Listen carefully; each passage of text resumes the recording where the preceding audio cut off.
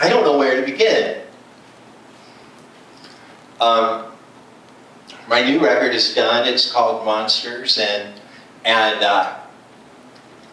I'm thrilled. I'm thrilled that it's done. I don't even care how it sounds, but I'm thrilled that it's done, and it turned out pretty good.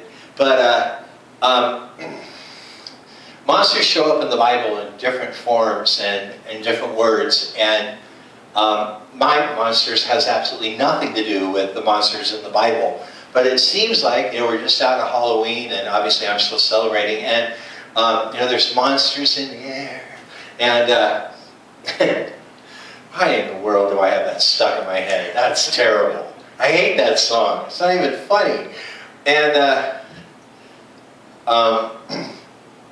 but there's different. If you pick up different translations of the Bible, you'll see the word monsters pop up. Like there were giants back in Noah's day, and some versions of the Bible say monsters. And one of my particularly favorite references to monsters in the Bible, and I don't know. I didn't really study like for tonight. I read this and thought about it all day, and then I thought about the monster angle at the last second, or I really would have been like, okay, here's the translation you need to find to see this. But when the Israelites were moving into the Promised Land, God said two things to them. Well, he said about 8 billion things to them, but he said two things that matter with my next sentence. One is, if you honor me, I will honor you. I'll bless you, and I will take care of you, and you will prosper, and you will become a huge, wonderful, God-fearing people. And the second thing he said that matters with the next sentence is that I'm going to give you this land piece by piece. Because if I gave you the whole land at one time, monsters would get you. And most translations now say things like wild animals. But I'd like to point out that I have monsters on the brain, but for the purpose of the evening, I'm going to call the monsters wild animals from this point on. But please keep in mind that in the back of my mind, I'm thinking that Godzilla will get you, sort of like he gets Tokyo. And that's the image I always had as a kid reading this, and even as a grown-up when I read it, because God wasn't just referring to the beasts of the field. He was talking about, let's for fun call it the Trinity of wild animals, or the Trinity of monsters. I'm not going to keep saying monsters. The Trinity of the wild animals. He was talking about 3 really distinct kinds of wild animals. He was talking about the beasts of the field.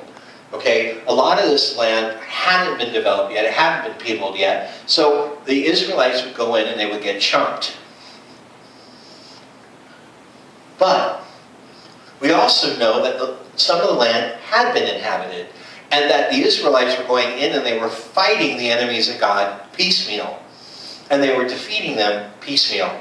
So there's also the inference that if God gave them too much space at one time, they would be outnumbered. Then there's the third thing. And that's the spiritual element, the wild animals, the beast of the spirit, the beast master of the spirit, if you would. I do see a lot of horror movies, it's true.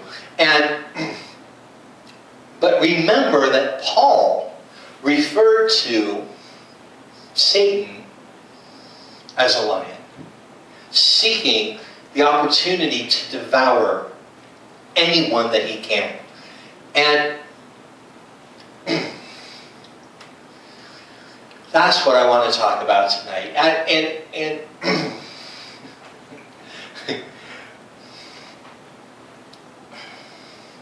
when I was preparing for this, meaning specifically gearing myself up, period. That's all the preparation I had the strength to do today, was just gearing myself up. There was no study involved. This is the wingman.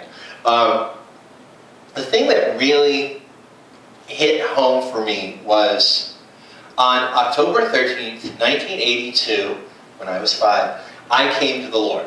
I came to the Lord. And then, that was a Wednesday. Then the following Sunday, which would be October 13th, October 14th is the Thursday, 15th is the Friday, 16th is the Saturday, and October 17th, 1982, a group of people prayed for me to receive the Holy Spirit, and I received the Holy Spirit, spoke in tongues, and thought that everybody did that. Now I just think everybody should do it, but that's for another night. But I want to say something very, very clear. On October 13th and October 17th, I had a huge awakening on those 2 days to the wild animals that want to eat God's people. I had this enormous awakening to that. And I don't want to say that I was more aware of the existence of a specific evil entity, which for the duration of the evening I will just say Satan, but that there was a Satan. More than that, I won't say that I experienced that even more than the reality of God, but in a very big way, I did. Because you never know you have an enemy until you make one. You know what I'm saying? You speculate a lot in your life that you tick people off. I mean, I don't, because I'm convinced that I don't tick anybody off. I'm convinced that the entire planet Earth finds me adorable and squishy on the inside. So, no, every time I do something, I go, oh, now I made that person mad. I'm convinced that I made Cindy Brady mad at me. Okay, everyone knows I'm Brady obsessive. Okay, I hope she doesn't get mad. We're buds on Facebook. Susan Olsen is like the nicest person, seriously. Seriously, if you guys ever run into Susan Olsen in this life, we all grew up in the same part of the San Fernando Valley together. We Yankolovich and the Bradys. So all our friends know each other, and so it's so weird. Because so I friended Susan Olsen on Facebook. Okay. Then I got in trouble with Facebook, and I lost my Facebook account. Well, then I got a fake Facebook account, and I contacted all the people I can remember, and Susan Olsen was one of them. And I wrote Susan, I said, you know, I can't add you because Facebook's on to me. So, will you add me? So she did. And we're buds on Facebook, and we write each other, and meaning I write her, and she doesn't have me kicked off Facebook. Well, now that I got my account back, I wrote Susan Olsen again, and I said, hey, Susan Olsen, I got my account back. Will you add me? Because I'm trying to get everybody off my old Facebook, my second Facebook, onto my third Facebook, and I've got, out of 500 people, I'm down to 43 holdouts. And sure enough, Cindy Brady's one of them. So I'm getting all like freaked out that Cindy Brady's not my, Susan Olsen's not my friend anymore. And I've written her, and I've tried everything I can do. And I was convinced I had made an enemy.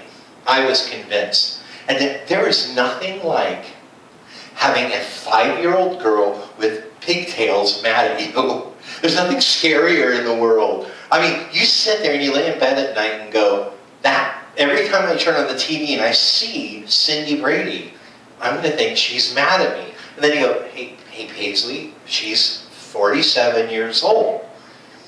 I don't think she's giving you much thought here. Oh no, because all the other times she responded lickety-split, but now I've made an enemy. I mean, seriously, I went through my entire life friends with Cindy Brady. I turned on the TV every day, and that girl never was mad at me. I never got on her nerves. And I was never the psycho on the internet that was stalking her. But now I was. And you know when you make an enemy, and I knew I had made an enemy. So when she accepted my friend request yesterday and left me a nice note, oh, I felt so relieved. I can turn on my TV now in safety because I never made Cindy Brady an enemy. We know what it's like to imagine an enemy. Oh, I must have said something because I haven't heard from that person in a day and a half and they don't like me anymore. We know what it's like to make an enemy in our head. But then we know what it's like to really make an enemy. We know what it's like to go, huh, that one's not imaginary. I'm good